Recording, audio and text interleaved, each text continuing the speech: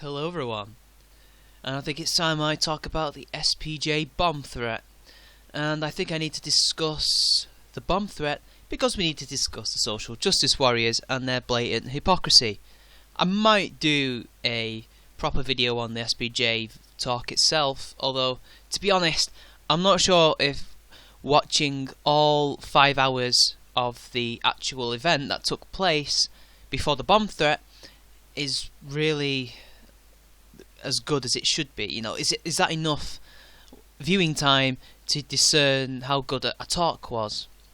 I mean, I've heard a lot of things about it's rejuvenated Gamergate, etc., but that's besides the point. Now let's talk about this bomb threat, because it's got the social justice warriors in a bit of a tiz, hasn't it?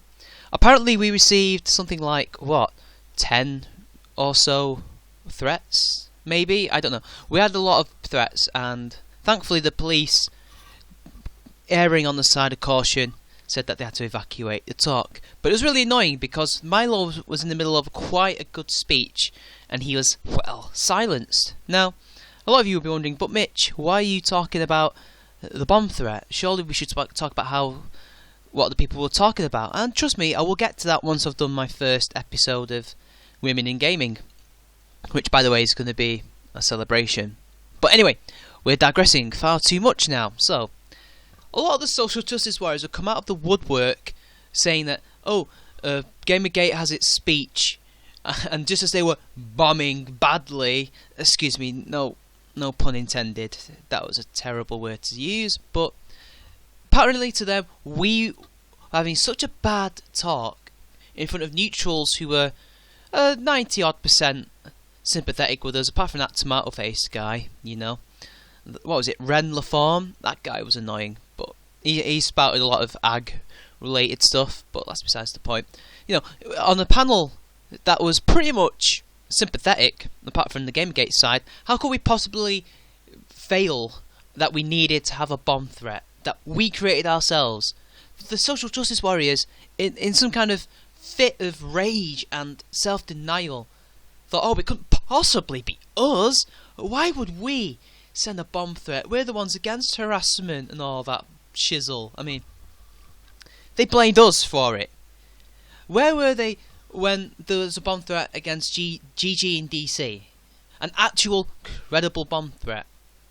They were nowhere to be seen because we knew exactly who sent those threats. Or rather, we didn't know the individuals personally, but we just knew which side it came from, which is what I'm trying to say. We know it was a social justice warrior who did it. We know that it was a credible threat. Or it could have been a madman who considered themselves as a bit of a social justice warrior, or just a madman. We don't know. Just plain old simple mad. But that's besides the point. They then had the cheek to say that we were now going to play the victim for the next 6 months. And I'm paraphrasing Arthur fucking Chu here. Arthur Chu had the cheek before GG in DC was saying, I hope something like a bomb threat happens. He didn't send the bomb threat. We all know he didn't send the bomb threat. The joke was that he did send it because of his mistimed it could be either poorly timed or expertly comedically timed, depending on your point of view, words on Twitter about a bomb threat in GG in DC, which happened. So he went on the down low for quite a while. We didn't hear anything until now. And all of a sudden, we're the ones playing the victim. Really?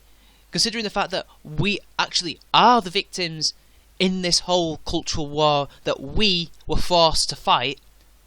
The aggressors here being you, and in true bullying style, you feign the victim. You pretend to be the victim so that the teacher looks at you a bit more sympathetically. And by teacher, I mean the general public and the media at large.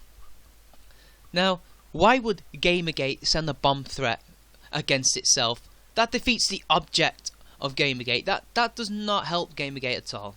The bomb threat actually, in a way, made us seem more honest to the general public. For that, why would somebody send a bomb threat to these people? They don't seem to be all that bad. They seem to be coming across very well and articulate, and they have a lot of points to be made. I mean, if anything, it makes you guys look bad, because you're the ones on here, on the internet, screeching and harpying about how, we're playing the victim cards because we had a bomb threat. or 2, or 3, or 4, or 5, or 6, or 7, or 8, or 9, or 10. At least that's what I heard. Well, I mean, it doesn't that on a PR scale make you look absolutely horrible? Seriously, we made it up. Why would we stop our own talk from happening? We've not had a proper way to voice our own opinions to the media, to the people, apart from YouTube, which only certain people actually bother to watch. It's a very certain community. It's gamers, anti-social justice warrior types, MRAs, MGTOWs, even equity feminists as well. We can't forget them. You know, it's only a specific group of people that hang around specific groups of YouTubers, getting their news from these specific groups of YouTubers. We've not been able to get a voice in the media from anyone, anywhere. They're either scared as fuck of us, like the right wing, because they know the last time that they dealt with us, we gave them a bloody nose, which contributed into their intellectual downfall. Or the left wing, who think, oh, we can't be that hard. The right wing failed because they're right wing. We're left wing. We'll be much more easily accepted of the gamers. No, they found themselves also getting a bloody nose. So this is our chance. This is our chance to show the world that we are not the harassers. We are not Red Chanet, you know, go home, gamer girl. We're not like that. We are people with feelings, with views similar to everyone else. We are a loving and diverse and accepting community, and that we have our voices, and they need to be heard, and we have reasonable things to say. Why would we do that? Why would we send a bomb threat against ourselves? Even if we did, that would defeat the entire purpose of allowing our voices to be heard. The purpose of SPJ. Even if Koretsky was being a dick, at least he was giving us our chance to shine. So obviously it didn't come from us. And the fact that they were saying that we were now going to play the victim. We've always been the victims, but we just didn't make a meal out of it. We took ownership of our victimhood, you could say, and turned it into, and just discarded it. We thought, no, we're not going to play the victim. We're going to fight back. We're not going to just keel over backwards. You know, I mean, you know, any normal group of people would have backed down from the gamers of dead articles, but we didn't. We could have just, you know, been the weak kid in school who had to take it from the bullies because he couldn't fight back. But instead, we banded together with like-minded people and fought back. I know these analogies are really shit because this is pretty much all made up on the spot. You know, I'm not scripted this at all. This is all from the heart. And I don't mean that I've made up all the events and I'm making up all the paraphrasing. No, I've not made that up, Social Justice Warriors. Although you can use that if you want. I don't care. It's all out on Twitter. All on Kotaku in Action and Gazelle. Anyway. Why will we play the victim anyway? You guys have already done that. We've shown that it's not useful. We've shown that it doesn't work. So, what use is it to us? We've done well without it. We don't need to play it. And it's funny. It just shows you guys up to be hypocrites. I mean, we've already shown that you're willing to, you know, help scam artists, help stop harassment while you're harassing people to stop harassment. You know, you're giving shelter to admitted paedophiles and bullies like Sam Biddle.